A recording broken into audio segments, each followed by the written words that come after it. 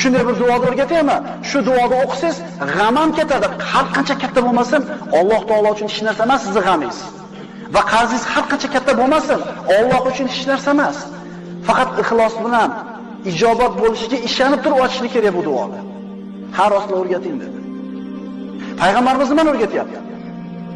Tong ottirsangiz yoki kech kirgizsangiz, ya'ni ikki mahal, ertalab va kechki payt.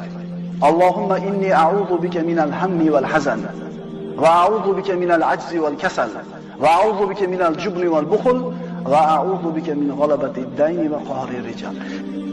Faqat iymon bilan, e'tiqod bilan ijobat bo'lishiga ishonib turib, Parvardigoro, men sendan g'am va qayg'udan panoh tilayman. Ojizlik va yalqonlikdan panoh tilayman. Qo'rqoqlik va baxillikdan panoh tilayman. Qarzlarga yengilib qolishlikdan va kishilarning